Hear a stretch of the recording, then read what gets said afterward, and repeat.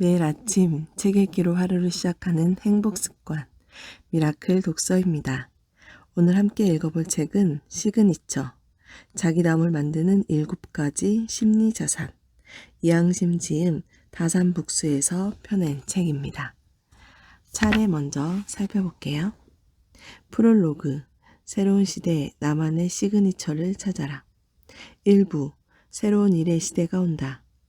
1장, 불안한 당신은 정상입니다. 2장, 보이지 않는 가치의 시대. 3장, 일과 나의 관계 혁명이 필요하다. 4장, 나만의 시그너처가 압도적 경쟁력이 된다. 2부, 시그니처를 키우는 심리 자산이란? 1장, 기회와 운을 창출하는 능력. 2장, 실패를 경험으로 여기는 태도.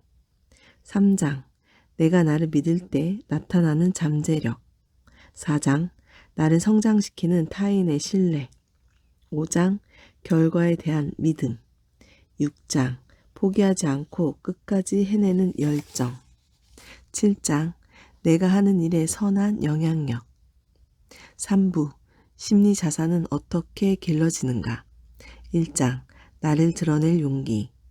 2장, 내가 중요한 존재라는 믿음. 3장, 행복하게 일할 때 성과가 나는 이유.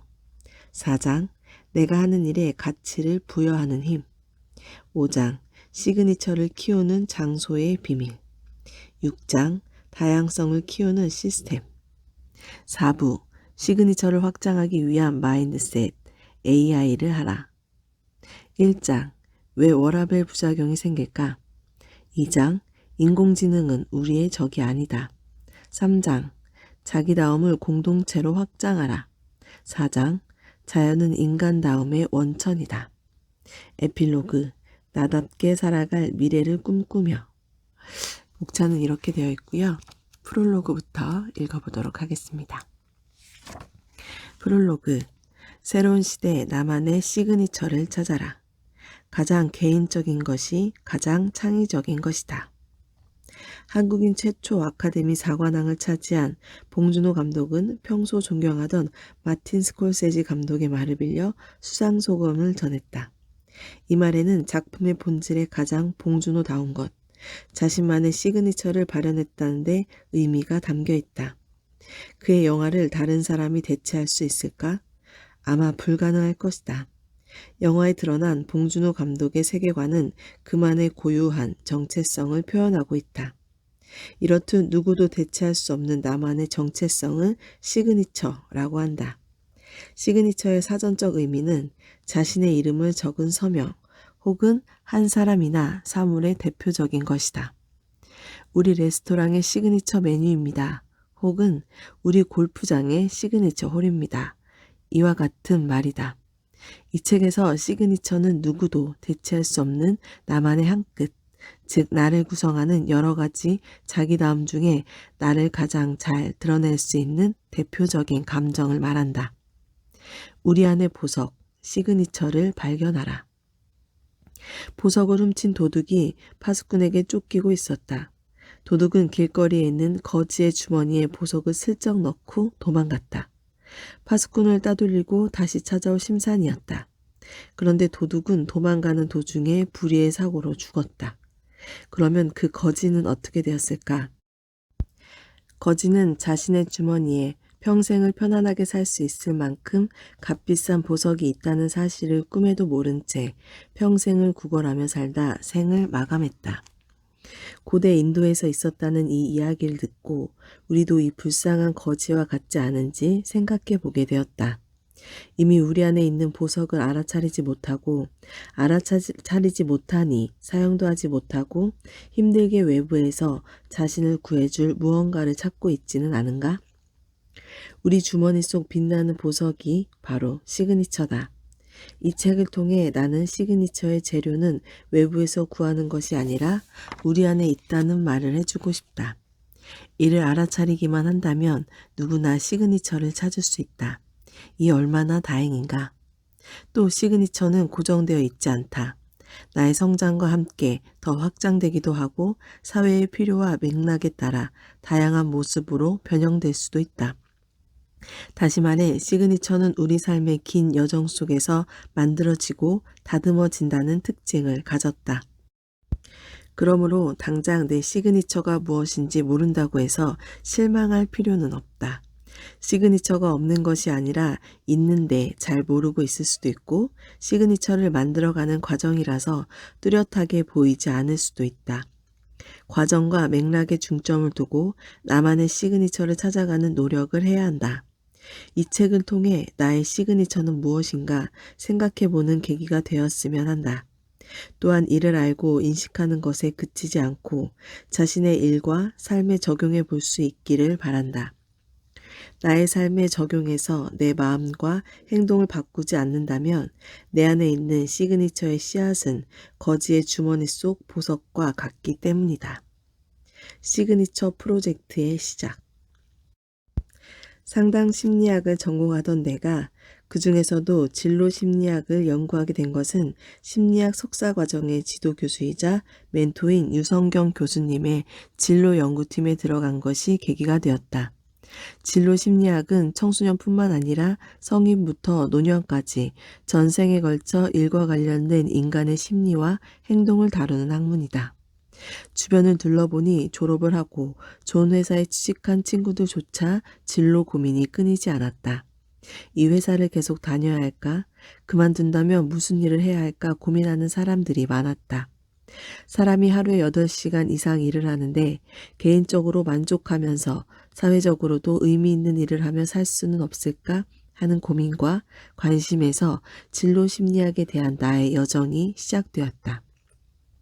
한국에서 석사를 마치고 2008년에 미국으로 건너가 9년간 상담 심리 박사과정 유학생으로 교수로 경험을 쌓다가 2017년 가을에 한국으로 돌아왔다. 와서 보니 우리 사회는 정말 무서운 속도로 변화하고 있었다. 작은 나라에 많은 사람이 모여 살아서 그런지 그 변화가 더욱 피부에 와닿았다.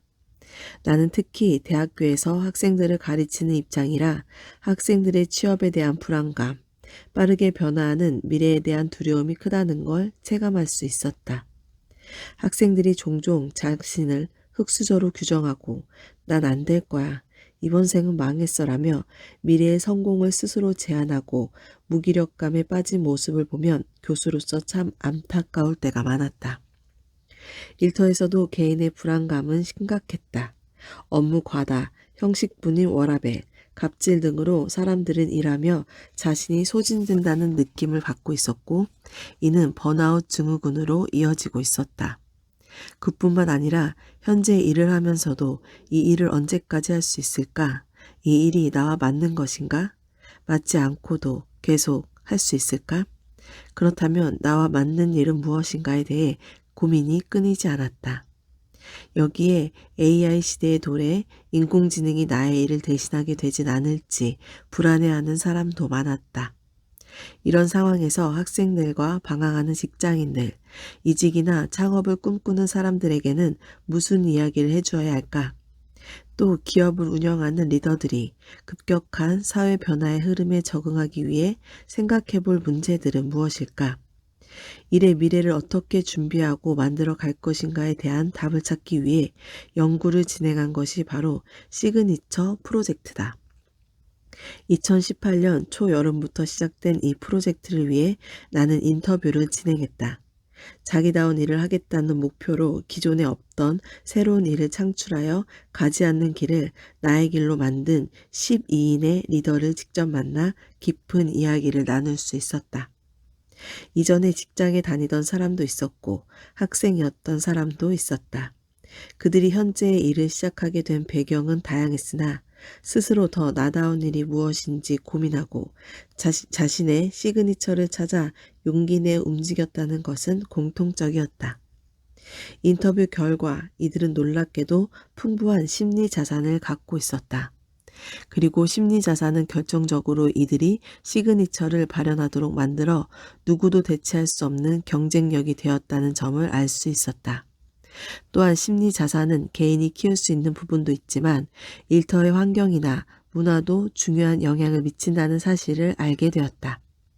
이는 진로 심리학 이론과 많은 양적, 질적 연구 결과들이 뒷받침해주고 있었다. 심리학 이론과 연구 결과는 시그니처 프로젝트에 참여한 12인의 사례와 함께 책의 곳곳에 소개하겠다. 인터뷰에 참여한 12인, 이들에 대한 자세한 설명은 브록을 참조하시기 바란다. 토스 이건승 대표, 스타일쉐어 윤자영 대표, 글로레시피 사라리 대표, 옐로우독 재현주 대표, 그래프톤 장병규 의장, 휴먼스케이프 장민후 대표, 메시업 엔젤스 이태경 대표, 크레비스 파트너스 김재현 대표, 팜스킨 곽태일 대표, TCK 인베스트먼트 마크 테토, 레이테이블 도혜용 대표, 킹스베이 캐피털 신명철 대표. 이 책의 구성. 앞으로 도래하는 AI 시대는 궁극적으로 나에게 어떤 미래를 살고 싶은지에 대한 질문을 던진다. 이 질문에 답하기 위해 우선 미래가 어디로 향하고 있는지에 대한 이해가 필요하다. 시대 변화와 흐름을 고려하여 무엇을 어떻게 준비해야 하는지에 따라 나의 미래는 완전히 달라질 수 있기 때문이다. 그래서 이 책을 총 4부로 구성하여 1부에서는 시대의 흐름 속에서 변화의 핵심은 무엇인지 명확히 짚어주고 현재 일과 관련된 개인의 갈등이 왜 커지는지 진로 심리학적 관점에서 이유와 대안을 제시한다. 2부에서는 이 급격한 시대 변화의 흐름 속에서 나만의 시그니처로 성공한 사람들의 비밀을 밝힌다. 이들이 자기다운 일을 하면서 성공할 수 있었던 동력인 심리 자산 중 공통적인 7가지를 뽑아 주요 진로 3단 심리 이론과 함께 소개한다. 심리 자산이라는 용어가 어렵게 느껴질 수도 있지만 내적인 힘으로 이해해도 무방하다. 쉬운 말로 대체하지 않고 심리 자산이라는 학술 용어를 그대로 쓴 이유는 눈에 보이는 경제재만이 자산이 아니라는 메시지를 전하고 싶었기 때문이다. 보이지 않지만 모두가 갖고 있는 내적인 힘도 중요한 자산이 될 수 있다는 인식을 가졌으면 하는 바람이다. 3부에서는 시그니처를 꽃피울 수 있는 일터와 시스템에 대해 소개한다. 기존의 많은 자기계발서가 개인에게 집중해 열심히 자기를 개발하라고 외친다. 개인이 할 수 있는 부분도 있지만 개인이 아무리 열심히 노력한다고 하더라도 현실적으로 환경이나 조직 문화가 따라주지 않으면 한계가 있는 법인데 너무 개인에게만 무거운 짐을 지우는 게 아닌가 하는 생각이 들었다. 그래서 이 책은 기존의 자기계발서의 한계를 보완하고자 일터의 구성원인 개인과 리더가 함께 시그니처를 활성화하기 위해 어떤 환경을 조성해야 하는지에 대한 이야기를 담았다. 마지막 4부에서는 나의 시그니처를 확장하기 위한 마인드셋에 대해 이야기한다. 기술의 발달과 인공지능의 등장으로 일자리에 대한 불안감이 높아지는 시대에 기계에 대체되지 않고 나만의 인간다운 고유성을 확장하며 일할 수 있도록 수용과 통합의 AI라는 새로운 관점을 제시한다. 자신만의 답을 찾을 수 있기를. 진로 심리학자로서 하다 보면 일에 대해 고민하는 다양한 사람을 만나게 된다. 현재 하는 일과 일하는 방식에 대한 고민, 미래의 나의 직업이 사라지지는 않을까 하는 불안, 그 와중에 일을 잘하고 싶고 사회에 도움이 되는 일을 하고 싶은 다양한 마음들과 마주하게 된다. 그들의 이야기를 듣고 있노라면 나의 마음도 같이 넘실댄다. 함께 고민하고 답을 찾아줘야 할 것 같은 생각이 든다. 하지만 나는 우리에게 자신만의 답을 스스로 찾을 능력이 있다는 것을 알고 있다. 단지 함께 고민하고 나눌 공간과 사람이 필요할 뿐 이 책이 그 공간이 되었으면 좋겠다. 이 책이 특히 아래에 해당하는 사람들에게 도움이 되었으면 하는 마음이다. 나에게 맞는 일을 하며 성장하고 성공하고 싶은 직장인과 학생, 이직과 퇴사로 새로운 일을 준비하는 사람들, 조직 내에서 밀레니얼 세대의 이탈을 막고 신나게 일할 수 있는 문화를 만들고 싶은 리더, 미래 경쟁력을 키우는 조직을 만드는 데 관심 있는 HR 담당자들, 미래를 이끌어갈 인재를 키우는 교육자나 부모. 이 책을 활용하는 가장 좋은 방법은 읽는 것에 그치지 않고 자신의 삶에 적용해 보는 것이다. 100번의 생각보다 한 번의 실행이 더 효과적이다. 특히 2부의 각 장에서는 독자들이 스스로 심리 자산을 활성화할 수 있는 활동과 질문을 넣었으니 활용하시기 바란다. 마지막으로 이 책을 통해 일에 대한 여러분의 경험이 궁극적으로 자신의 존엄성을 높이고 자신과의 연결을 강화하는 방향으로 조금이나마 도움이 될 수 있다면 큰 기쁨이겠다. 1부 새로운 일의 시대가 온다. 불안하게 일할 것인가? 대체 불가능한 나로 성장할 것인가? 1장 불안한 당신은 정상입니다. 나이 들어서도 지금 하는 일을 계속할 수 있을까? 인공지능 기술이 점점 발달한다는데 나도 곧 기계에 대체되는 건 아닐까? 미래의 내 직업이 사라지면 어떡하지? 일하는 사람이라면 누구나 이런 고민을 안고 있다.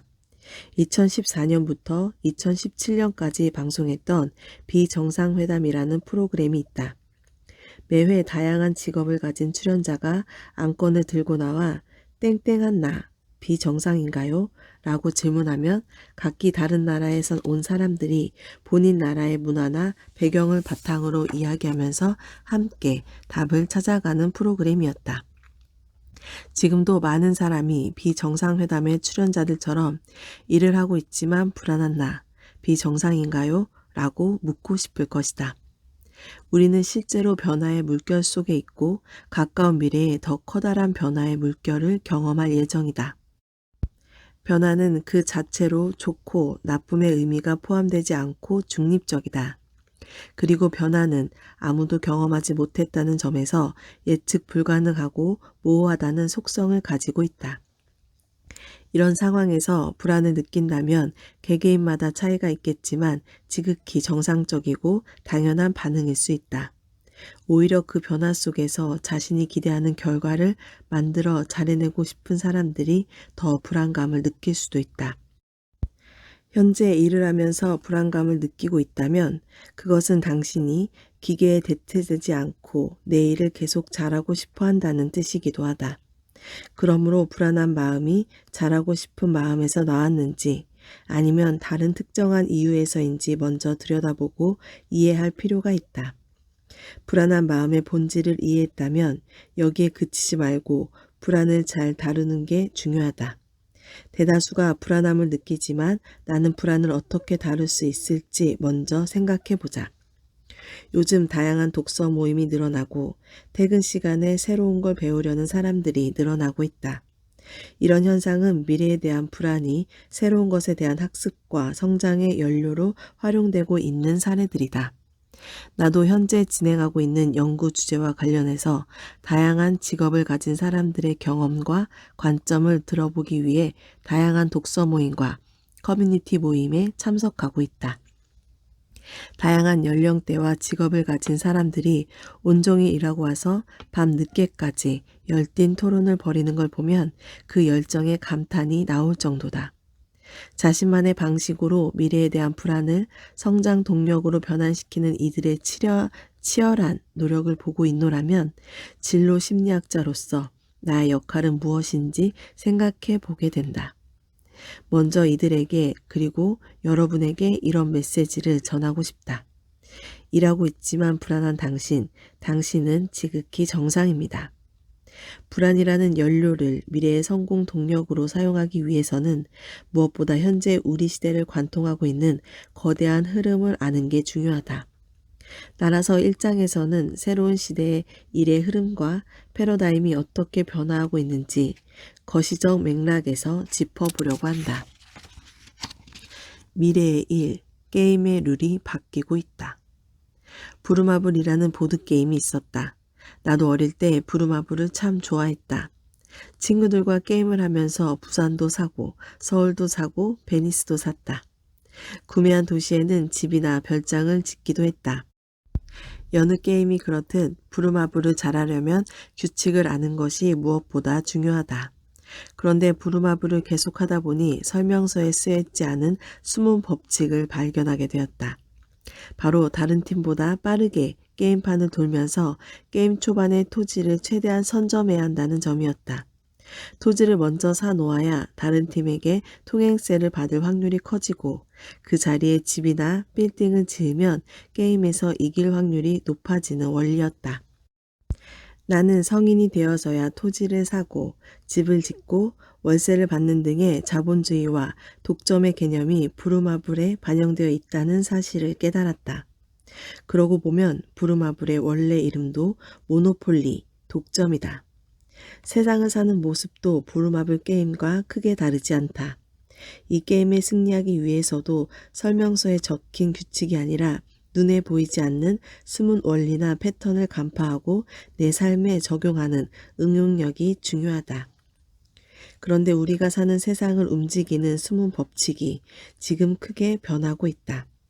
여기저기서 변화의 물결이 넘실대고 있는 이 시대를 4차 산업혁명 혹은 디지털 혁명이라고 이야기한다. 그런데 왜 단순히 변화가 아니라 혁명이라는 단어를 쓸까? 혁명의 사전적 정의는 국가나 사회의 제도와 조직을 근본부터 새롭게 고치는 일이다. 우리가 경험하고 있고 앞으로 경험할 물결은 잔잔한 물결이 아니라 일의 지형마저 변화시킬 거대한 물결이라는 뜻이다. 게임의 판 자체가 바뀌고 있다는 의미이기도 하다. 이것을 우리는 패러다임의 변화라고 표현하기도 한다. 패러다임의 변화는 기존의 질서나 법칙에서 새로운 질서와 법칙으로 무게추가 옮겨가는 현상을 의미한다. 그래서 지금까지는 당연하게 여겼던 질서가 새로운 패러다임에서는 작동하지 않는다. 새로운 패러다임에서는 판을 다시 짜고 규칙도 새로 정해야 한다. 그런데 디지털 혁명에 대한 변화를 보고 있자면 기술 발전에 국한해서 설명하는 경우가 많다. 인공지능, 자율주행차, 5G, 사물인터넷, 블록체인 등 주로 기술 기반의 가시적인 변화만을 이야기한다. 혁명이라는 커다란 변화를 내포한 디지털 혁명에서 본질적인 일의 패러다임이 어떻게 변하고 있는지, 우리 삶이 어떤 방향으로 가고 있는지에 대한 이야기는 상대적으로 적다. 게임에서 이기려면 게임의 판, 즉 본질을 파악하여 눈에 보이지 않는 법칙을 이해하는 게 중요하다. 디지털 혁명에 대한 근본적인 이해를 바탕으로 게임의 우승을 위한 숨은 법칙을 알아보도록 하자. 일에 대한 패러다임의 변화. 디지털 혁명의 본질이란 무엇일까? 본질을 어떤 관점에서 바라보느냐에 따라 조금씩 다른 언어로 설명할 수 있겠으나 진로 심리학자인 나의 관점에서 볼 때 디지털 혁명을 움직이는 가장 저변에 깔린 패러다임은 인간 다음의 회복, 자기 다음으로의 회귀이다.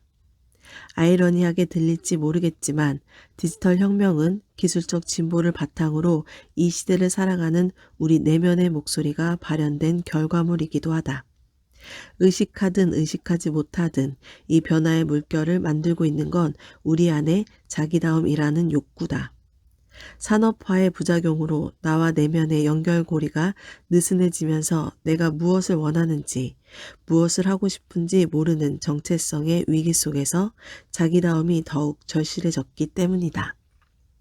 역사적으로 혁명은 많은 사람이 기존의 체계나 질서가 바뀌어야 한다는 절실한 사회적 공감대의 바탕을 두고 시작되었다. 산업혁명 역시 물질적인 풍요에 대한 바람과 사회적인 요구에 의해 시작되었다.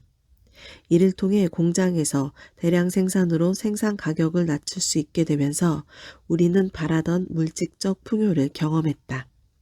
그러나 물질적 풍요를 얻은 대신 정신적인 피폐함까지 겪어야 했다. 효율성이라는 구호 아래 대다수의 개인은 공장에서 대량 생산을 위한 반복적인 일을 하는 수동적인 부품으로 전락했고 조직의 위기에 따라 개인은 획일화되었다. 이 배경에는 1776년에 출간된 국부론의 저자인 애덤 스미스의 관점이 많은 영향을 미쳤다. 애덤 스미스는 노동자란 급여를 받기 위해 일을 하는 사람이라고 규정지었다.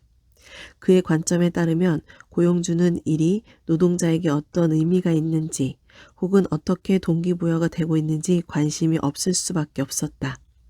최대한 생산성을 높이는 것만이 그들의 중요한 목표이자 관심사였던 것이다. 애덤 스미스는 노동자의 업무를 단순화하고 반복 가능한 작업으로 분업하는 것이 효율을 높인다고 주장했다. 그 결과 한 사람의 업무는 개인이 일을 하면서 의미를 찾기 힘든 수준의 단위로 쪼개졌다. 하루 종일 나사를 옮기기만 하는 사람, 나사를 정렬하기만 하는 사람, 나사를 돌리기만 하는 사람으로 나뉘었다. 이들은 자신이 하는 작업이 결과적으로 어떤 물건이 되는지, 그 물건이 사람들에게 어떤 영향을 미치는지 전체적인 과정을 보기 어려웠다. 일에 대한 의미를 찾기란 더더욱 어려웠다. 게다가 노동자들이 열심히 일해서 생산성이 높아지면 거기에서 생긴 부는 공장주나 일부 자본가들의 독차지가 되었다. 이런 시대에 대한 반발이자 새로운 흐름이 스마트폰과 인공지능 기술의 발달이 가져온 디지털 혁명이다. 이제 나침반의 초점은 중앙 집중화가 아닌 분권화를 향하고 있으며 획일화가 아닌 다양화를 향하고 있다. 또 폐쇄적 독점이 아닌 개방적 공유를 가리키고 있다. 이러한 분산화, 다양화, 개방적 공유의 시대적 흐름은 우리가 일을 할 때 궁극적으로 자기다움의 정체성과 나의 가치를 드러내도록 이끈다. 사회 관계망 속에서 힘의 중심축이 중앙의 특권층에 쏠려 있다가 분권화를 기반으로 지역의 특수성과 개인의 다양성을 향해 옮겨가고 있기 때문이다. 이런 사회적 맥락 속에서는 남들이 가는 길을 따라가면 안전한 길이 아닐 확률이 높다. 오히려 남들과 다른 길이 미래의 생존을 위한 길이며 나만의 경쟁력을 갖추는 방법이 된다. 다른 사람들과의 차이를 만드는 일은 나의 시그니처를 발현하는 첫 걸음이기도 하다. 남들과 차별되는 지점이 곧 나의 강점이기 때문이다. 내가 남들과 어떻게 다른지 아는 것이 결국 자기다움을 찾는 일이다. 디지털 혁명의 시대에는 개인이 일하는 방식에도 더 많은 선택권이 주어졌다. 과거에는 일을 한다는 것이 사무실이나 공장 등 일터에 나가서 일한다를 의미했다. 그러나 기술의 발전과 함께 재택근무의 비율이 크게 증가하고 있으며 시간대가 다른 나라의 사람들과 일할 수도 있다. 직접 얼굴을 보고 일을 할 수도 있고 가상세계에서 소통할 수도 있다.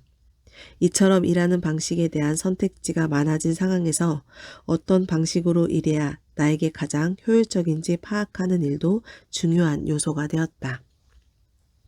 앞서 말했듯 우리가 경험하는 이 새로운 변화의 물결은 자기다움의 추구라는 개인 내면의 욕구가 반영되어 있다. 미래의 일의 승패는 더 이상 부루마블의 게임 원리가 대변하는 과거 산업화 시대의 질서로 작동하지 않는다.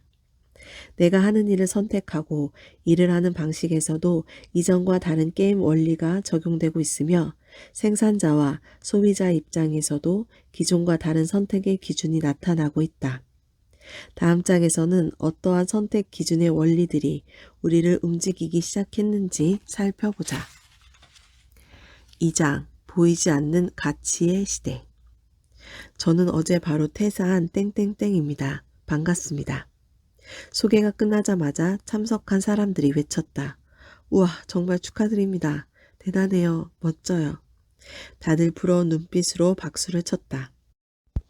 10년 전만 해도 보기 힘들었을 퇴사가 영웅으로 인식되는 시대의 단면을 보고 있는 듯했다. 실제로 요즘 서점에 가면 퇴사 관련 매대가 따로 있을 정도다. 아예 퇴사학교라는 곳도 있어서 퇴사했거나 퇴사를 준비하는 사람들이 교육을 받고 경험을 나누는 일도 증가하고 있다. 어떻게든 회사나 조직 안에 있으려던 예전과 비교하면 요즘은 퇴사를 고민하거나 실제로 퇴사한 친구들의 소식을 훨씬 쉽게 접할 수 있다.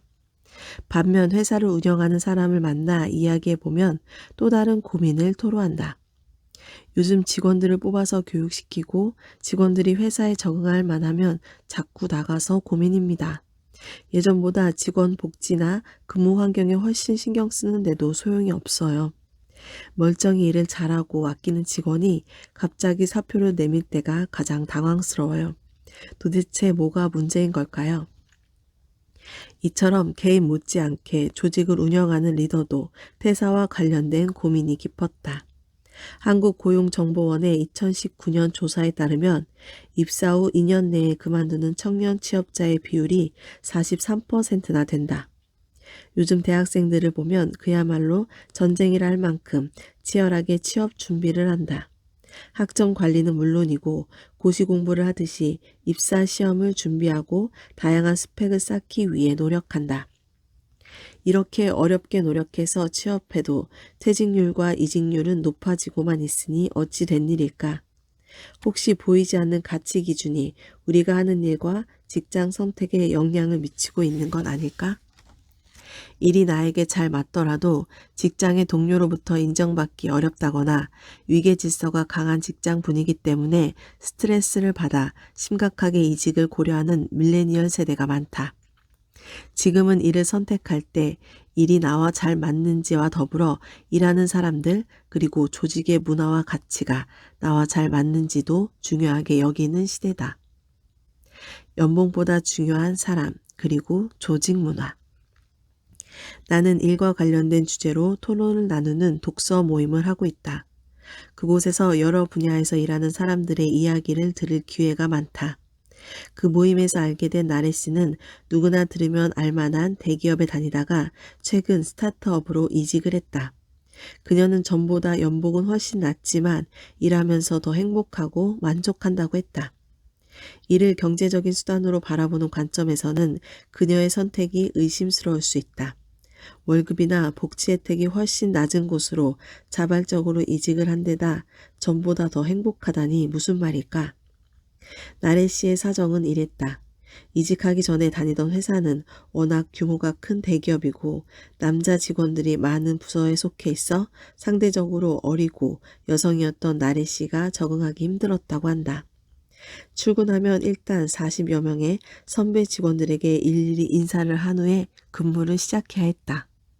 식사할 때도 막내인 나래 씨가 장소를 예약해야 했고 식사하면서도 늘 주변을 신경 쓰느라 마음이 편치 않았다.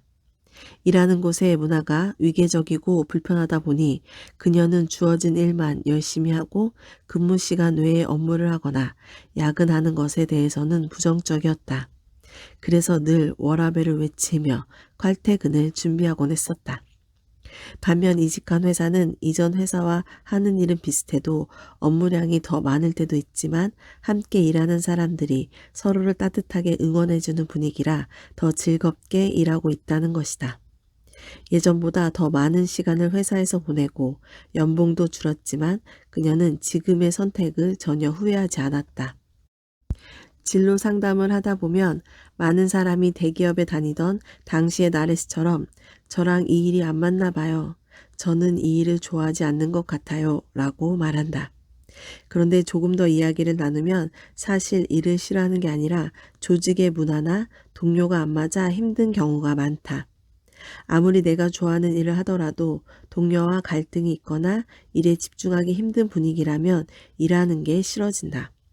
시그니처 인터뷰에 참여한 토스의 이승건 대표는 개인이 좋아하는 일, 의미가 있다고 생각하는 일에 집중할 수 있도록 도와주고 그것을 방해하는 다른 요소들을 제거해 준다면 기본적으로 사람들은 자신이 하는 일을 온전히 즐기고 몰입할 수 있어요.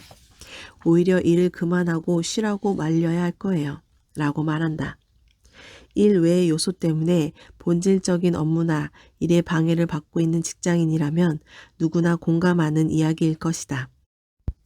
조직에서는 비효율적으로 반복되는 사원들의 조기 퇴사와 이직을 줄이기 위해 회사의 충성심을 고취하는 교육이나 높은 연봉 혹은 복지 혜택을 제공하기 이전에 개인의 일이 더욱 집중할 수 있는 분위기를 만들어야 한다.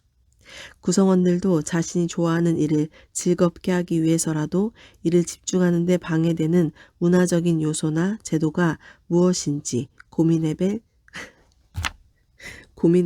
필요가 있다. 오늘 미라클 독서는 여기까지 읽겠습니다. 오늘도 감사합니다.